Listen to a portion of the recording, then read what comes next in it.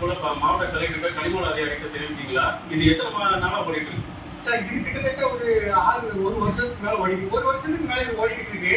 இது சம்பந்தமா நாங்க வந்து கலெக்டர் பல முறைகள் வந்து நாங்க பார்த்து சந்திச்சிருக்கோம். இது சம்பந்தப்பட்ட ரெக்கார்ட்ஸ் எவிடன்ஸ் எல்லாமே கொடுத்துருக்கோம். இங்க மட்டும் இல்லாம திருச்சியில ஓடுற ஏகப்பட்ட விஷயங்களை நாங்க எடுத்து கொடுத்துருக்கோம். எந்த ஒரு நடவடிக்கையும் எந்த ஒரு ஆட்சியும் இது வரைக்கும் எந்த அதிகாரிகள் இல்ல மகிழ்ச்சி எங்கேயுமே போனது பார்த்தது இல்ல, வண்டி பிடிச்சாங்க இல்ல வண்டி அரெஸ்ட் பண்ணாங்க சீஸ் பண்ணாங்க, எந்த விஷயமே கிடையாது. சீட்டெல்லாம் பாத்தீங்கன்னா ரொம்ப கேவலமா இருக்கும். சீட்ல வந்து மேக்சிமம் 11 மெட்ரிக் டன் தான் போட்டுப்பாங்க. ஆனா அள்ளிட்டு போறது பாத்தீங்கன்னா 40 மெட்ரிக் டன் ஆகிட்டு போறாங்க. ஒரு சீட்டை வச்சுக்கிட்டு பெருமிட் உள்ள இடங்கள்ல ஒரு சீட்டை வச்சுக்கிட்டு 10 நடம் அடிக்காங்க. ஆனா இங்க எந்த பெருமிட்டுமே கிடையாது. எல்லாமே வந்து இல்லீகல் மைனிங் தான். தற்போது கேட்டிருப்பது ஒரு சூழ்நிலை. அதை கிட்டத்தட்ட இந்த இடத்தில் வந்து மொத்தமா வந்து ஒரு அனுமதி இல்லாமல் அள்ளப்பட்டு வருகிறது. ஒரு 42 இடை கொண்ட 3 ராட்சத இயந்திரங்களை கொண்டு கிட்டத்தட்ட பட்ட பகுதியில வந்து 20 மேட்ட லாரிகள் வந்து இங்க இருந்து வந்து மணல் கொள்ளையானது நடைபெற்று வருகிறது.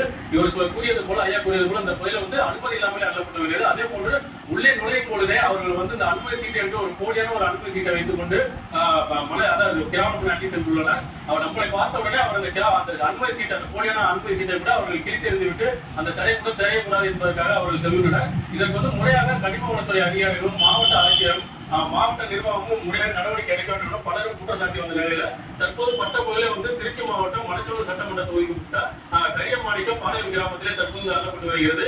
இங்கே வந்து நாம் செய்தி எடுக்க வந்த பொழுதே இந்த பகுதியில வந்து 3 ராட்சத குக்கிகளை விட்டுவிட்டு லாரி மட்டும் எடுத்துவிட்டு சென்றுள்ளனர். இதற்கு முறையான நடவடிக்கை எடுக்க வேண்டும் என பலரும் குற்றம் சாட்டி வருகின்றனர்.